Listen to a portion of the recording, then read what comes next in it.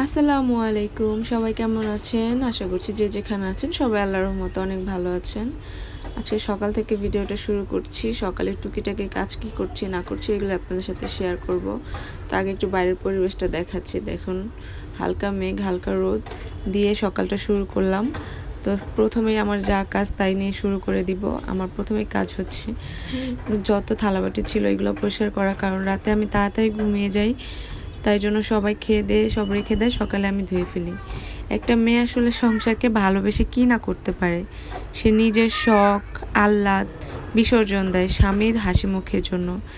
রাত জেগে সন্তানের জ্বর পাহারা দেয়, সকালে আবার রান্নাঘরে গিয়ে সবার পছন্দের খাবার রান্না করে। সে নিজের শরীরের ক্লান্তি ভুলে গিয়ে ঘরকে সাজায়, গুছিয়ে তোলে একটি শান্তির আশ্রয় বানানোর জন্য। সে স্বপ্ন দেখে, আবার স্বপ্ন পূরণের জন্য নিজের স্বপ্নগুলো সযত্নে তুলে রাখে এক কোণে। একটা মেয়ে কখনো মা, কখনো স্ত্রী, কখনো মেয়ের ভূমিকা নেয়। প্রতিটি চরিত্রই সে নিঃস্বার্থভাবে ভালোবাসে, কিন্তু সংসার তাকে কতটা বোঝে। একটা মেয়ে সংসারের জন্য সব কিছু করলেও সংসারের মানুষগুলো দিন শেষে কিছু না কিছু খুঁত ধরেই বসবে এবং তাকে কিছু না কিছু কথা শোনাবেই।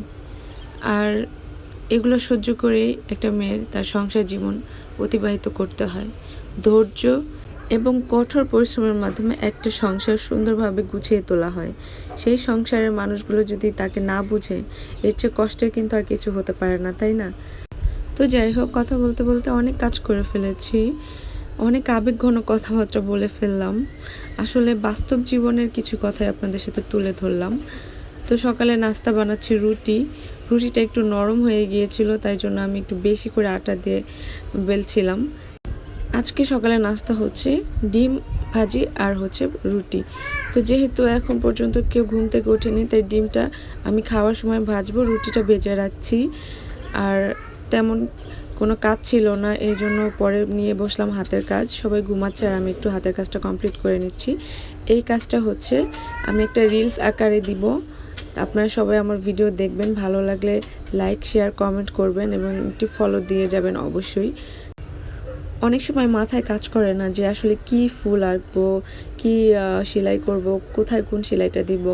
তখন কি করি, পিন্টারেস্টে যাই, পিন্টারেস্ট থেকে দেখে ইন্সপায়ার হয়ে একটা ফুল ড্রয়িং করে নিই এবং তার মতো সেলাই করে নিই।